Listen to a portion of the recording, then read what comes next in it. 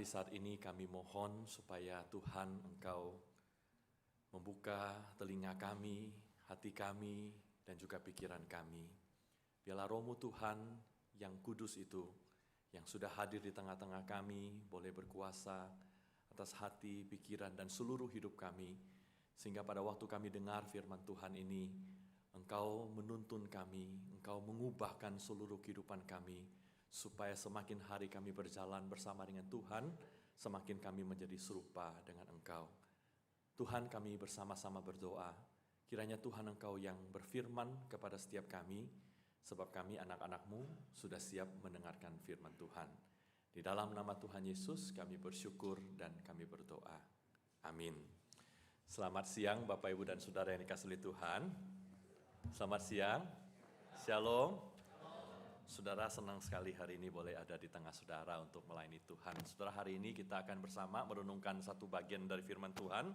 Saya diberikan ayat dari 2 Tesalonika pasal yang ketiga, ayat yang ke-6 hingga ayat yang ke-15. Mari kita buka sama-sama. 2 Tesalonika pasal yang ketiga, ayat yang ke-6 hingga ayat yang ke-15. Kalau sudah temukan, saya membacakan dari Alkitab terjemahan baru yang kedua. Kalau handphone mungkin sedikit beda ya, tapi isinya sama. 2 Tesalonika pasal 3 ayat 6 sampai 15, demikian firman Tuhan. Namun kami berpesan kepadamu saudara-saudara dalam nama Tuhan Yesus Kristus, supaya kamu menjauhkan diri dari setiap saudara yang tidak mau melakukan pekerjaannya dan tidak menurut ajaran yang telah kamu terima dari kami. Sebab kamu sendiri tahu bagaimana kamu harus mengikuti teladan kami, karena kami tidak malas bekerja di antara kamu, dan tidak makan roti orang yang dengan cuma-cuma, tetapi kami berusaha dan berjerih payah siang malam, supaya jangan menjadi beban bagi siapapun di antara kamu. Bukan karena kami tidak berhak untuk itu, melainkan karena kami mau menjadikan diri kami teladan bagi kamu, supaya kamu ikuti. Sebab juga waktu kami berada di antara kamu, kami memberi peringatan ini kepada kamu. Jika seorang tidak mau bekerja, janganlah ia makan. Kami katakan ini karena kami dengar bahwa ada orang di antara kamu yang tidak tertib hidupnya dan tidak bekerja, melainkan sibuk dengan hal-hal yang tidak berguna. Orang-orang yang demikian kami peringatkan dan nasihati dalam Tuhan Yesus Kristus, supaya mereka tetap tenang melakukan pekerjaannya dan dengan demikian makan makanannya sendiri. Dan kamu saudara-saudara, janganlah jemu berbuat baik. Jika ada orang yang tidak mau mendengarkan apa yang kami katakan dalam surat ini, tandailah dia dan jangan bergaul dengan dia supaya ia menjadi malu. Tetapi janganlah anggap dia sebagai musuh, tetapi tegurlah dia sebagai saudara. Demikian firman Tuhan. Saudara, ada sebuah majalah Kristen yang sangat ternama di dunia, namanya Christianity Today. Ya, namanya saja Christianity Today, isinya itu adalah majalah yang mengulas isu-isu atau topik-topik yang berkenaan dengan persoalan-persoalan yang terjadi di dalam kekristenan di masa yang sekarang ini. Jadi apa yang terjadi di gereja, persoalan apa yang dihadapi gereja dan sebagainya. Salah satu concern yang sangat utama dari Christianity Today itu adalah bagaimana orang-orang Kristen hidup di dalam gereja dan di dalam masyarakat. Itulah sebabnya mereka itu seringkali mengadakan survei, ya. Bagaimana gereja atau orang-orang di dalam gereja itu bertindak. Dan mereka sering melakukan misalnya survei tentang persembahan atau survei tentang bagaimana orang Kristen melayani Tuhan. Nah, saudara, dalam salah satu survei yang dilakukan oleh majalah Christianity Today tahun 2013, mereka menemukan sesuatu yang sangat mencengangkan sekali, dan ini terjadi di gereja-gereja yang ada di Amerika Serikat. Waktu mereka survei gereja-gereja yang ada di sana dan orang-orang Kristen yang pergi ke gereja, pada tahun 2013 itu mereka menemukan hasil yang seperti ini. Mereka menemukan bahwa 50-80% dari anggaran gereja yang dipakai untuk melakukan kegiatan-kegiatan yang ada di gereja, 50-80%-nya itu berasal hanya dari persembahan yang diberikan oleh 10-25% anggota gereja. Jadi artinya gereja bisa jalan, acara-acara bisa terselenggara, pelayanan diakonia bisa dilakukan, orang-orang miskin bisa ditolong, dan lain sebagainya. Semua anggaran gereja itu hanya diberikan oleh 10-25% saja. Sisanya yang 20% itu datang dari mana-mana, ya, dari sebagian besar jemaat, dan yang 75% itu pun sebagian besar juga belum tentu ada yang memberikan persembahan yang substansial bagi pelayanan gereja. Saudara, ini hal yang sangat mencengangkan sekali karena ternyata orang bisa datang ke gereja tapi ternyata apa yang dilakukan di gereja itu tidak mendukung pekerjaan Tuhan melalui persembahan. Jadi datang hanya menikmati apa yang terjadi di gereja, menikmati pelayanan di gereja tanpa memberi sumbangsi apa-apa secara keuangan. Nah, saudara, Christianity Today, majalah ini juga melakukan survei tentang orang-orang yang volunteer di gereja atau melayani Tuhan di dalam gereja. Tahun 2024 ini lebih baru, tadi 2013, ini 2024, tahun lalu mereka bikin survei. Dan mereka tanya tentang orang-orang di dalam gereja yang melakukan pelayanan di dalam gereja ini, ya, di dalam persekutuan. Sekali lagi ini di Amerika Serikat, dan mereka menemukan hal yang lebih mencengangkan lagi daripada tadi. Mereka menemukan begini, 100% pelayanan di gereja, semua pelayanan ada di gereja ini dikerjakan oleh hanya 15% saja orang yang datang atau yang menjadi anggota gereja itu. Sekali lagi ini di Amerika. Artinya semua pelayanan yang dikerjakan oleh sebuah gereja di sana, mulai dari pemimpin pujian, pemain musik, usher, yang kolektan, yang multimedia, yang lain-lain semua, yang pelayanan besuk, pelayanan diakonia, semua pelayanan yang ada di dalam gereja itu dikerjakan hanya oleh 15% saja orang yang ada di dalam gereja itu. Sisanya orang-orang yang pasif, tidak melakukan apa-apa, mungkin hari Minggu datang, mungkin juga tidak datang, tapi diminta untuk pelayanan mereka tidak bersedia melakukannya. Dan 15% ini mengerjakan seluruh pelayanan ini dan semua bisa berjalan dengan baik. Nah, saudara, survei seperti ini atau statistik seperti ini sebenarnya mirip sekali dengan apa yang dilakukan atau prinsip yang diberikan oleh seorang ahli ekonomi yang namanya prinsip Pareto. Ya. Prinsip Pareto ini dicetuskan oleh seorang ahli ekonomi namanya Pareto. Dia mengamati bahwa di dalam dunia bisnis atau dunia ekonomi itu 80% tanah itu dimiliki oleh 20% orang. Jadi 20% orang itu yang menguasai 80% tanah yang ada di dalam dunia ini. Dan kemudian prinsip yang sama ini 80-20 ini kemudian ternyata juga benar di dalam berbagai keadaan yang lain. Misalnya atau termasuk di dalamnya di dalam gereja. Jadi 80% kegiatan yang dilakukan di dalam gereja itu dilakukan hanya oleh sekitar 20% dari orang yang ada di dalamnya. 80% dana yang dipakai di dalam gereja itu diberikan oleh hanya sekitar 20% orang yang ada di dalam gereja. Dan ini tentu saja dari satu gereja ke gereja yang lain itu bisa berbeda, kadang bisa lebih banyak sedikit, kadang bisa lebih sedikit, tapi kira-kira begitulah. 80% effortnya, 80% hasilnya, 20% effortnya, 80% pekerjaannya, yang kerjakannya itu 20% saja. Nah, saudara, mungkin saudara pikir itu di Amerika Serikat. Bagaimana dengan di dalam gereja-gereja di Indonesia? Berapa banyak orang-orang yang ada di gereja Indonesia, orang-orang Kristen yang kemudian bisa kontribusi di dalam pekerjaan pelayanan, bahkan di dalam persembahan kepada Tuhan? Atau nggak usah jauh-jauh gereja-gereja yang ada di Indonesia, bagaimana dengan gereja kita di tempat ini? Kalau kita mau survei orang-orang yang melayani Tuhan di dalam gereja ini, dibandingkan dengan orang yang tidak pernah melayani Tuhan di dalam gereja ini, banding berapa, saudara, gereja ini antara orang yang sungguh-sungguh bekerja buat Tuhan dan orang yang tidak pernah bekerja apa-apa untuk pelayanan Tuhan? Kalau mau dihitung berapa banyak orang yang memberikan persembahan kepada Tuhan dibandingkan dengan orang-orang yang tidak memberikan persembahan, tidak kontribusi apa-apa bagi pekerjaan pelayanan Tuhan, berapa banyak perbandingannya, saudara. Jangan heran, saudara, kalau kita melihat di dalam gereja orang yang pelayanan wajahnya itu lagi kan ya. Lu lagi. Yang mimpin pujian minggu lalu lu, ya. Nanti 2 minggu lagi lu lagi, ya.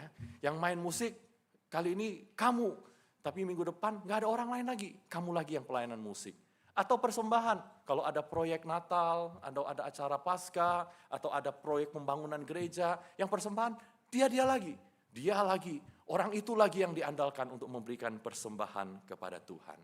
Saudara, kalau seperti ini gereja Tuhan, tidak heran di dalam gereja itu ada banyak sekali persoalan. Tidak heran saudara, kalau gereja itu isinya adalah sebagian kecil saja yang kontribusi, sebagian besar yang lain pasif tidak melakukan apa-apa. Tidak heran gereja itu tidak bisa bertumbuh di dalam Tuhan, tidak bisa jadi kesaksian yang baik. Nah saudara, persoalan seperti ini bukan hanya dialami oleh gereja kita pada masa ini di Indonesia saja, tetapi juga di berbagai tempat, di berbagai masa di seluruh dunia. Termasuk saudara, persoalan yang sama dihadapi oleh gereja di Tesalonika yang tadi kita barusan baca.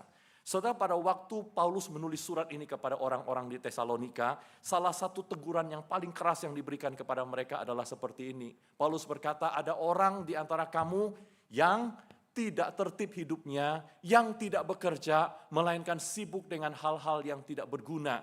Dia berkata di dalam komunitas kamu ini, ada orang-orang yang hidupnya itu disorderly. Mereka itu tidak tertib hidupnya. Kenapa? Karena mereka nggak kerja. Mereka sibuk dengan hal-hal yang tidak berguna. Saudara, ada banyak hal yang bisa dikupas dari sini, tapi saya mau menyimpulkan bagi saudara-saudara apa sebenarnya persoalan yang dihadapi oleh mereka. Saudara, persoalan yang dihadapi oleh gereja Tesalonika itu adalah karena di dalam gereja ternyata ada kelompok pertama, yaitu orang-orang percaya yang tidak pernah memberikan kontribusi apa-apa di dalam gereja. Saudara mesti tahu konteks mereka pada waktu itu adalah ini gereja yang masih tidak terlalu besar, tetapi ada banyak orang yang percaya kepada Tuhan, orang-orang miskin, orang-orang yang dianiaya. Jadi waktu mereka percaya kepada Tuhan, uangnya tidak banyak.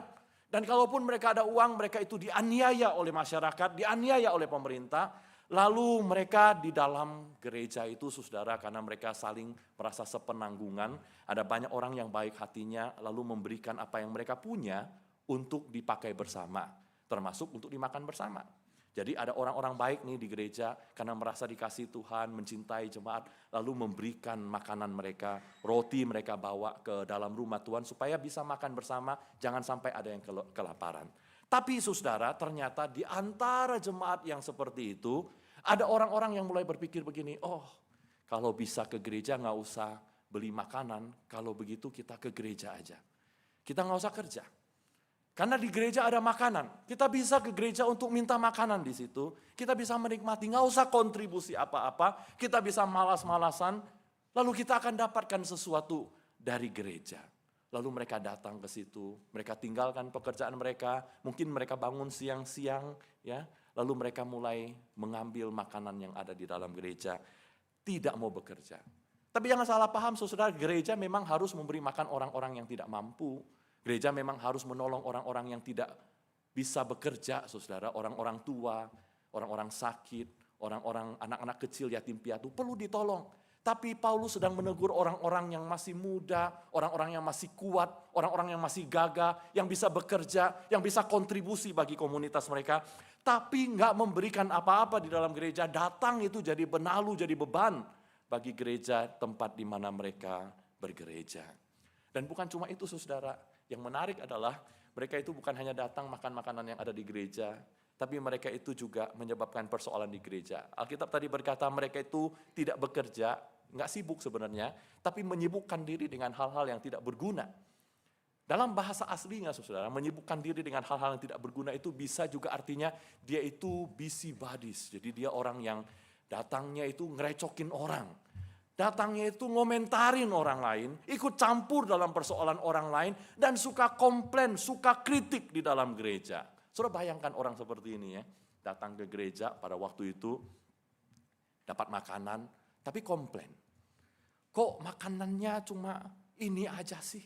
Padahal datang gak bawa makanan. Terus dia komplain, kok makannya cuma roti aja? Kok gak ada selainya juga? Kok cuma boleh makan satu aja? Mungkin ya mereka komplain. Bukan cuma komplain terhadap apa yang disediakan gereja, mungkin mereka juga komplain ngurusin urusan jemaat yang lain. Ngurusin pelayanan yang dia sendiri gak mau campur tangan di dalamnya. Mungkin dia datang lihat, kok nyanyi kayak gitu sih. Padahal kalau suruh nyanyi gak mau. Kok kayak begini sih dekorasinya. Padahal kalau disuruh dekorasi juga kakak mau mungkin. Ini orang saudara dia tidak bekerja, dia tidak beri kontribusi apa-apa tapi menyebabkan persoalan di dalam gereja. ngatur, kritik sana, kritik sini. Ini membuat saudara muncul satu kelompok yang lain, kelompok yang kedua. Kelompok orang percaya yang tidak mau lagi memberikan kontribusi karena kecewa dengan komunitas di dalam gereja. Saudara, kelompok ini sebenarnya adalah orang-orang Kristen yang baik.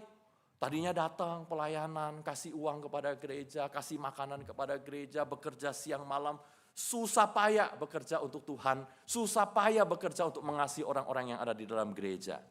Tapi karena sering direcokin, sering merasa dimanfaatkan oleh orang-orang seiman, lalu mereka mulai kecewa, mulai putus asa, mulai tawar hati, dan mulai pikir-pikir, kalau saya dimanfaatkan terus, kalau saya dikritik terus, saya tidak mau lagi melakukan sesuatu bagi gereja ini.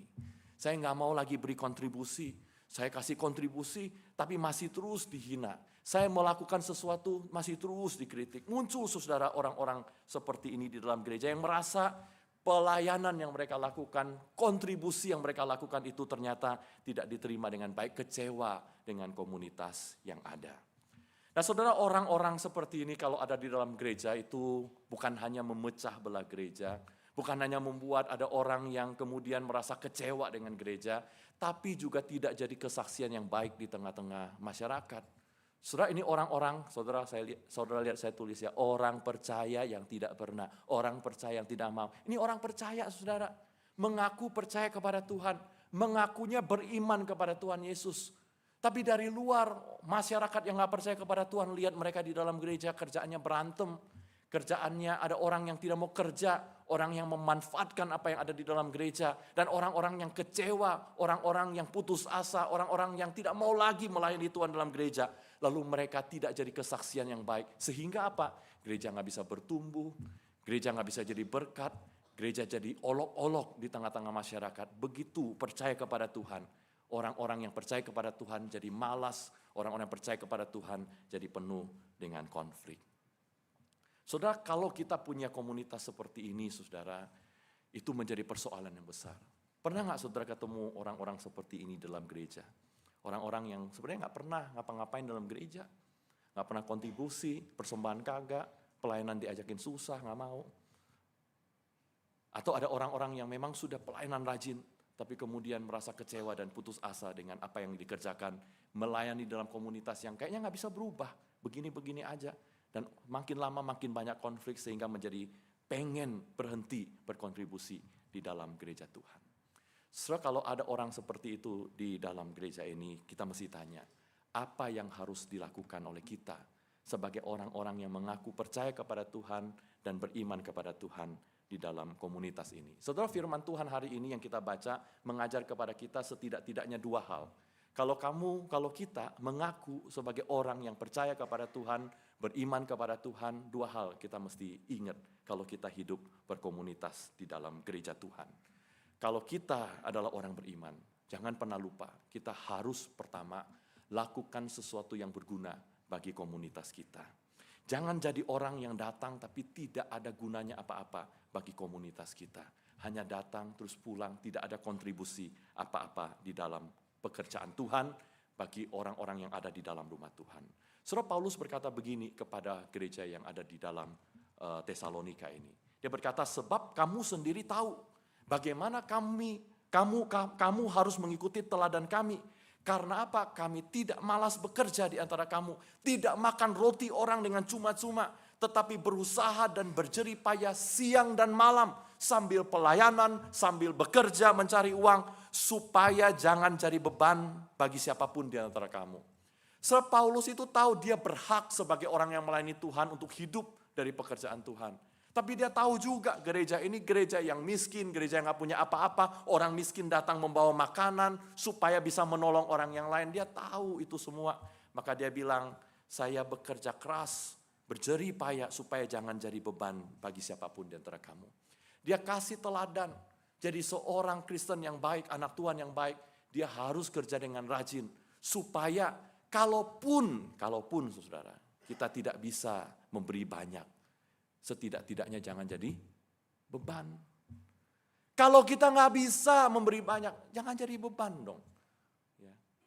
Kalau kita bisa bekerja untuk memberi bagi orang lain, memberi bagi pekerjaan Tuhan, kita beri.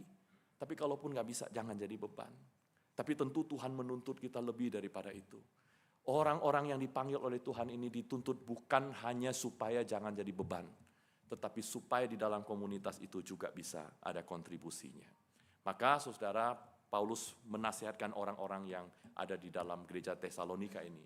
Orang-orang yang demikian, kata Paulus, yang demikian tuh yang seperti apa? Yang malas, yang nggak kerja, ya, yang hanya datang menikmati apa yang ada tanpa kontribusi apa-apa. Kami peringatkan katanya, dan kami nasihati dalam Tuhan Yesus Kristus. Supaya mereka tetap tenang melakukan pekerjaannya dan dengan demikian makan makanannya sendiri. Jadi kalau ada orang yang seperti itu, kata Paulus, aku nasihatkan dan peringatkan, harus melakukan pekerjaannya dengan tenang. Bahasa Inggrisnya quietly. Do your work quietly. Melakukan pekerjaan kita dengan tenang. Jadi kalau kita itu nggak punya pekerjaan, kita mulutnya yang kerja biasanya. Ya. Tapi kalau kita melakukan pekerjaan, Paulus kasih tahu, dengan tenang kerjakan, quiet. Jangan banyak komentar, jangan banyak protes, jangan banyak ikut campur urusan orang lain. Dan makan makananmu sendiri, jangan menjadi beban bagi orang lain. Saudara, tentu gereja boleh dikritik ya, boleh diberi masukan, kalau ada yang salah, ada yang bisa diperbaiki, tentu boleh kasih tahu majelisnya, hamba Tuhannya, rohaniwannya, tentu saja boleh. Tetapi saudara, jangan jadi orang yang mengkritik tanpa memberikan solusi. Atau mengkritik tanpa memberikan kontribusi. Orang-orang seperti itu adalah orang-orang yang tidak melakukan pekerjaannya, tidak tenang dalam melakukan pekerjaannya, dan menjadi beban bagi orang lain. So hari ini firman Tuhan ajar kepada kita, kalau kita jadi anak Tuhan yang baik, kita mesti bertanya dalam hati kita, apa yang saya bisa lakukan untuk gereja Tuhan di tempat ini. Saudara mungkin saudara nggak tahu mesti melakukan apa. Saudara bisa doa kepada Tuhan, Tuhan bagaimana saya bisa berkontribusi bagi gereja ini, bagi komunitas ini. Saudara bisa tanya kepada hamba Tuhan atau majelis, apa yang saya bisa kerjakan, apa yang saya bisa berikan. Tapi jangan sampai ada satu orang pun di dalam ruangan ini, di dalam gereja ini, yang seumur hidupnya nggak pernah kontribusi apa-apa di dalam pekerjaan Tuhan. Orang-orang seperti itu adalah orang-orang yang tidak akan pernah bisa merasakan Tuhan dan komunitas Tuhan yang berada bersama dengan dia, bertumbuh bersama ke arah Tuhan Yesus Kristus.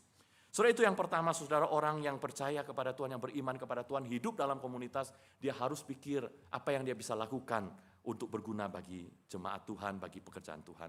Tapi yang kedua, saudara, Tuhan juga berbicara kepada orang-orang yang selama ini memberi kepada Tuhan, yang bekerja buat Tuhan, yang melayani komunitas Tuhan, yang memberi dan berbuat baik kepada banyak orang yang ada di dalam gereja, yang kemudian menjadi kecewa, putus asa, dan mulai mau meninggalkan pekerjaan Tuhan.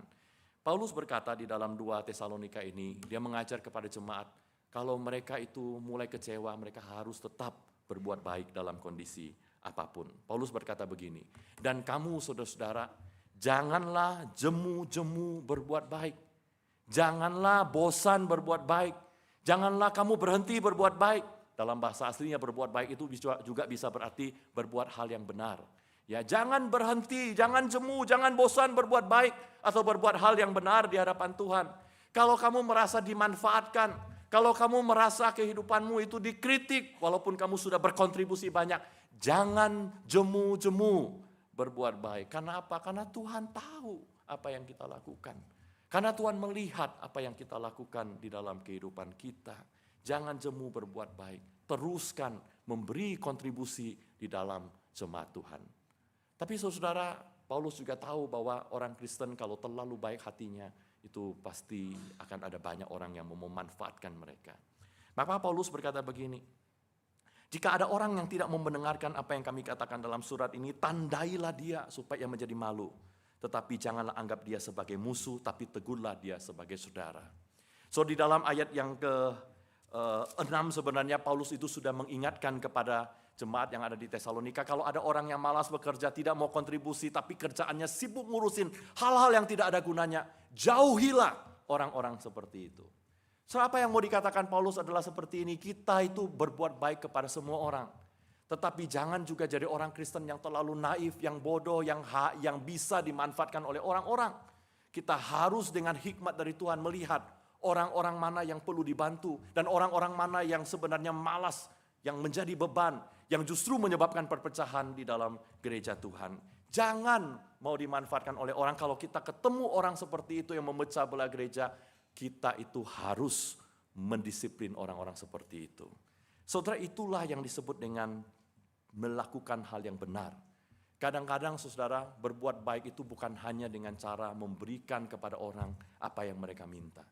Tetapi berbuat baik dan benar itu seringkali adalah dengan memberitahu kepada mereka apa yang salah di dalam kehidupan mereka, sehingga mereka bisa berubah dan hidup dengan benar. Saudara, di dalam ayat ini Paulus menyuruh untuk menegur mereka. Tapi ingat, jangan sebagai musuh, tetapi sebagai saudara. Kenapa? Karena mereka juga orang percaya. Karena mereka juga orang yang percaya kepada Tuhan. Mereka juga anak Tuhan, saudara kita. Kalau mereka salah, kita kasih tahu. Kalau tidak mau dikasih tahu, kita harus mendisiplin mereka. Tapi hati kita nggak boleh jadi orang yang benci, marah kepada mereka. Tetapi tegur mereka di dalam kasih sebagai seorang saudara. Saudara, ini apa yang Tuhan mau kita lakukan sebagai orang-orang yang percaya. Tuhan mau kita memberikan yang terbaik yang kita bisa berikan kepada komunitas ini, kontribusi bagi pekerjaan Tuhan. Mungkin dengan finansial, mungkin secara tenaga dan waktu kita, tetapi kita mesti pikir baik-baik. Apa yang kita bisa lakukan untuk pekerjaan Tuhan, untuk komunitas, untuk anak-anak Tuhan yang Tuhan tempatkan bersama dengan kita. Tapi Tuhan juga mau kita jangan bosan-bosan untuk berbuat baik. Walaupun susah, walaupun kondisinya tidak baik, walaupun kita merasa dikecewakan, tetap berbuat baik, tetap melakukan hal yang benar di hadapan Tuhan. Saudara, hanya gereja yang seperti itu yang bisa dilawat oleh Tuhan. Hanya gereja yang seperti itu yang bisa bertumbuh dengan sehat di hadapan Tuhan. Hanya gereja seperti itu yang di dalamnya komunitas saling mengasihi, saling berkontribusi, yang bisa jadi kesaksian di tengah-tengah masyarakat yang ada di dalam dunia ini. Setelah saya mau tutup khotbah ini dengan sebuah kisah tentang sebuah desa kecil yang ada di Jerman, saudara. Saudara, desa ini adalah desa yang, ini cuma gambar saja, tapi ini desa yang ada di Jerman, diisi oleh kurang lebih pada waktu mereka pertama datang ke situ tahun 1700-an awal, itu ada kurang lebih 300 orang pengungsi Jerman, mereka ada di situ. Mereka mengungsi kenapa? Karena di tempat asal mereka dianiaya, lalu mereka harus melarikan diri bersama istri dan anak-anak mereka. Lalu waktu mereka melarikan diri itu mereka kan tidak bawa apa-apa, orang-orang yang miskin, lalu diberikan sebuah tanah oleh orang kaya di tempat ini. Lalu mereka beri nama tempat itu Herrenhut, yang artinya the Lord's Watch, atau penjagaan Tuhan, pemeliharaan Tuhan, pertolongan Tuhan, ya, kurang lebih seperti itu. Karena mereka bersyukur sekali bahwa Tuhan membawa mereka keluar dari tempat yang susah, dari ancaman kematian, lalu memberi mereka tempat yang sangat baik sekali untuk mereka bisa hidup bersama dengan keluarga mereka dalam satu komunitas. Ini semua orang Kristen, saudara. 300-an ini pada waktu mereka pertama kali sampai, itu orang-orang Kristen semua, mereka di sana ada gereja, mereka hidup bersama. Tapi celakanya, saudara, walaupun ini komunitas Kristen, tapi karena mereka tuh datang dari berbagai macam tempat, berbagai macam latar belakang yang berbeda, cara pikir yang berbeda, gaya hidup yang beda-beda. Kalau disatukan jadi satu tempat, biasanya jadi konflik, saudara. Gaya hidupnya nggak benar. Mungkin ada yang merasa, kok lu ngomongnya kasar banget, padahal nggak maksud misalnya. Dan gaya hidupnya juga beda-beda. Ada yang lebih malas daripada yang lain. Ada yang nggak mau kerja, ada yang udah biasa hidupnya enak nggak kerja. Ada orang yang kerja, tapi merasa kok saya kerja sendiri, berkontribusi sendiri, orang lain kok nggak ada yang kontribusi. Kalau kita juga sebel ya saudara ya, kalau kita dalam satu tim yang sama misalnya, kita udah kerja setengah mati, terus teman kita nggak kerja, kan marah kita. Wah, mulailah mereka konflik satu dengan yang lainnya. Hidupnya juga nggak benar, saudara. Ada banyak yang mabuk-mabukan dan lain sebagainya. Padahal kalau hari Minggu ke gereja, kalau ada kebaktian doa juga ke gereja. Tapi hidupnya nggak benar, konflik satu dengan yang lainnya. Dan itu nggak terjadi 1 bulan, 2 bulan, bertahun-tahun, saudara. Orang Kristen semua tinggal di satu tempat, konflik tidak akur dan tidak ada jamahan Tuhan dalam hidup mereka. Sampai satu hari, saudara, mereka frustasi dengan apa yang terjadi dalam komunitas mereka. Lalu mereka kemudian berkumpul, lalu mereka membuat sebuah perjanjian. Mereka mendraft perjanjian apa yang mereka harus lakukan sebagai komunitas. Mereka sebut itu the brotherly agreement, ya. perjanjian persaudaraan. Karena mereka tahu mereka ini saudara. Karena mereka ini saudara, maka mereka harus hidup sebagai saudara, seiman mereka di dalam Tuhan. Lalu mereka mulai bikin poin-poinnya. Apa saja poinnya? Ada poin pertama tentang ibadah misalnya ya. Ibadah kalau hari Minggu mesti ke gereja. Ya, kalau ada persekutuan jangan lupa harus ikut persekutuan. Selain itu hidup juga mesti kudus. Nggak boleh lagi ngomongnya kotor, nggak boleh. Nggak ada ngomong kotor di dalam komunitas ini. Nggak ada orang-orang yang hidupnya mabuk-mabukan di dalam komunitas ini. Mereka juga belajar bagaimana hidup dengan karakter atau dengan kehidupan spiritual yang bagus. Mereka berjanji, mereka akan berdoa setiap hari, baca Alkitab setiap hari yang rajin, dan mereka berjanji akan melakukan banyak pelayanan bersama-sama. Salah satu poin yang sangat penting yang ditekankan di dalam perjanjian itu adalah begini. Mulai saat ini, tidak ada lagi orang di dalam komunitas ini yang akan malas. Nggak boleh. Semua orang yang bisa kerja, harus kerja. Mereka tahu ada orang tua, anak kecil, ada orang yang cacat tubuh yang nggak bisa kerja, nggak apa-apa. Orang yang able body, orang yang tubuhnya baik, harus bisa kerja. Harus kerja, tidak boleh malas, harus kasih kontribusi. Dan mereka dengan sukacita, sukarela mengerjakan itu semua. Karena mereka tahu, ini persekutuan saudara. Ini saudara semua. Dan mereka mulai melakukan itu. Dan mereka berjanji tanggal 12 Mei tahun 1727. Ingat-ingat tanggalnya ya. 12 Mei 1727. Lalu mereka mulailah, saudara mulai lebih aktif dalam pelayanan. Nah ini gambar gereja mereka ya. Mungkin tidak tepat seperti itu, tapi ini cuma ilustrasi. Dan mereka mulai banyak berdoa kepada Tuhan, mulai dalam kehidupan mereka mulai lebih baik, mulai tidak ngomong kotor, mulai nggak mabuk-mabukan, dan mulai melayani Tuhan. Dan bahkan mereka mulai kerja keras di dalam komunitas mereka, semua berlomba-lomba kasih kontribusi bagi orang, bagi pekerjaan Tuhan, bagi pelayanan Tuhan. Sampai satu hari saudara, tanggal 13 Agustus tahun 1727, tahun yang sama, 13 Agustus. Mereka memutuskan kita kayaknya perlu doa semalam suntuk. Maka mereka ke gereja berdoa semalam suntuk di gereja itu. Semua dari komunitas itu datang berdoa. Dan malam itu saudara mereka berdoa sampai pagi. Sampai pagi tetap ada yang doa. Ada sebagian mungkin pulang untuk mandi, tidur. Tapi sebagian tetap berdoa. Lalu mereka tukeran, yang tadinya udah mandi, makan, kerja, balik. Yang tadi doa pergi. Selalu saudara di dalam ruangan itu ada yang berdoa. Dan mereka lakukan ini bukan 24 jam saudara. Bukan 2 hari, bukan 3 hari, bukan 1 minggu. 24 jam itu kalau 1 hari itu 24 jam, seminggu itu 168 jam. Dan mereka lakukan itu terus tanpa berhenti, orang terus berdoa di hadapan Tuhan. Dan bukan 1 bulan, bukan 2 bulan, bukan 1 tahun, bukan 2 tahun. Berapa lama mereka berdoa seperti itu? Ada yang berani tebak? 110 tahun. Berdoa tidak berhenti, selalu ada orang yang berdoa di dalam gereja itu. Mereka berdoa untuk apa? Berdoa untuk komunitas mereka. Berdoa untuk apa? Berdoa untuk pekerjaan Tuhan. Berdoa untuk apa? Berdoa untuk pelayanan misi di mana-mana. Lalu mereka Tuhan gerakan, ada orang-orang di sana yang kemudian dipanggil untuk melayani Tuhan, untuk menjadi misionaris. Tahun pertama itu saja katanya ada 70 orang yang berkomitmen pergi untuk jadi misionaris kemana-mana memberitakan firman Tuhan. Mereka pergi memberikan bukan hanya uang mereka, bukan hanya makanan mereka, tapi hidup mereka. Karena mereka tahu sebagai orang percaya harus berkontribusi, mesti pergi kemana-mana untuk memberitakan firman Tuhan.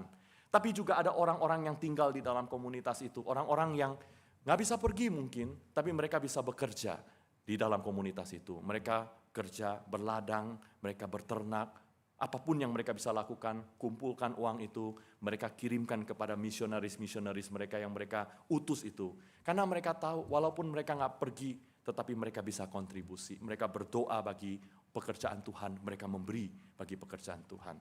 Dan melalui pekerjaan mereka, ada banyak orang Kristen yang dimenangkan di dalam dunia ini. Termasuk salah satunya gerakan Metodis itu sangat terpengaruh oleh gerakan ini. Dan banyak orang di berbagai belahan dunia yang dimenangkan di Eropa, di Amerika. Mereka percaya kepada Tuhan karena ada satu komunitas yang dijamah oleh Tuhan, dilawat oleh Tuhan. Setelah mereka dalam komunitas itu berjanji bahwa mereka tidak akan lagi hidup tidak sesuai dengan kehendak Tuhan. Bahwa mereka akan hidup sebagai orang-orang yang sudah dimenangkan oleh Tuhan. Berkontribusi, memberi yang terbaik bagi komunitas mereka, bagi pekerjaan Tuhan. Di situ baru ada jamahan dan lawatan dari Tuhan. Saya percaya saudara, kalau gereja kita mau dijamah, dilaut oleh Tuhan, bahkan kalau diri kita mau dijamah dan dilaut oleh Tuhan, tidak bisa kalau gereja ini atau diri kita itu adalah orang-orang yang tidak berkontribusi, tidak melayani Tuhan, tidak memberi kepada Tuhan, tidak mengasihi orang yang ada di kiri kanan kita, tapi justru jadi orang yang pasif, orang yang justru mencampuri urusan orang-orang yang lain, terus mengkritiki apa yang ada di dalam pelayanan Tuhan, tanpa di dalam pelayanan ini melakukan sesuatu bagi Tuhan dan bagi umatnya.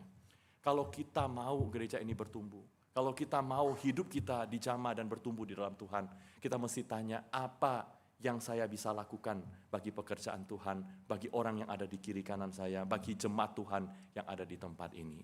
Kalau kita mau gereja ini bertumbuh, kita nggak boleh jemu-jemu berbuat baik, nggak boleh bosan buat baik, walaupun susah, walaupun banyak tantangan, walaupun kita dikecewakan, walaupun kita dimanfaatkan orang, walaupun kita nggak menerima balasan atas apa yang kita lakukan, kita tidak jemu berbuat baik, karena kita tahu semua yang kita lakukan ini tidak pernah sia-sia.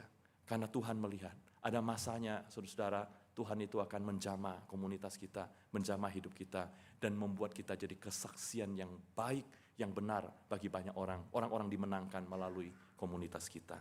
Pertanyaannya cuma satu, berapa banyak orang-orang di sini yang rela berkata kepada Tuhan, Tuhan aku mau, Tuhan pakai hidupku. Walaupun aku nggak punya banyak, walaupun aku nggak bisa banyak, tapi aku mau kontribusi, aku nggak mau jadi beban, aku mau berikan kepada Tuhan. Tuhan pakai untuk jadi berkat bagi banyak orang, untuk membawa kemuliaan bagi nama Tuhan. Berapa banyak orang yang seperti itu ada di dalam ruangan ini? Mari kita berdoa.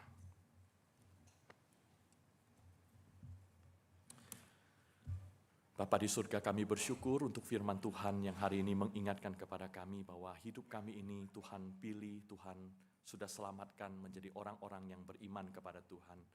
Dan di dalam komunitas yang Tuhan berikan kepada kami ini, kami sungguh rindu supaya kami tidak jadi orang-orang yang tidak melakukan apa-apa, yang tidak punya kontribusi apa-apa, yang tidak bekerja dan hanya menikmati saja.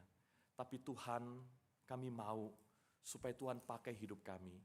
Apa yang kami punya, walaupun sedikit, walaupun tidak banyak, tapi kami mau berikan ke dalam tangan Tuhan, percaya bahwa Tuhan sanggup untuk menjadikan ini sebagai berkat bagi banyak orang. Tuhan, kalau ada orang-orang di sini yang berjanji memberi hidupnya kepada Tuhan, berkontribusi bagi gereja ini, tetapi ada yang merasa dikecewakan, merasa sulit, merasa putus asa, Tuhan kembali kuatkan setiap kami.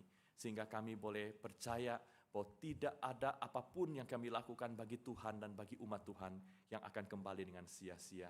Kami percaya Tuhan akan menjamah kami, Tuhan akan memulihkan kami, Tuhan akan pakai kami menjadi berkat dan kesaksian bagi banyak orang. Tuhan, terima kasih sekali lagi untuk kebaikan Tuhan yang besar di dalam kehidupan kami. Berkati gereja ini, di mana kami boleh bertumbuh, mengenal Tuhan. Kami mohon supaya Tuhan pakai, supaya lewat gereja kami ini, lewat orang-orang yang di dalamnya, Tuhan boleh lakukan pekerjaan yang lebih besar lagi. Ini doa kami Tuhan dan syukur kami. Di dalam nama Tuhan Yesus, kami sudah berdoa. Amin. Tuhan berkati saudara.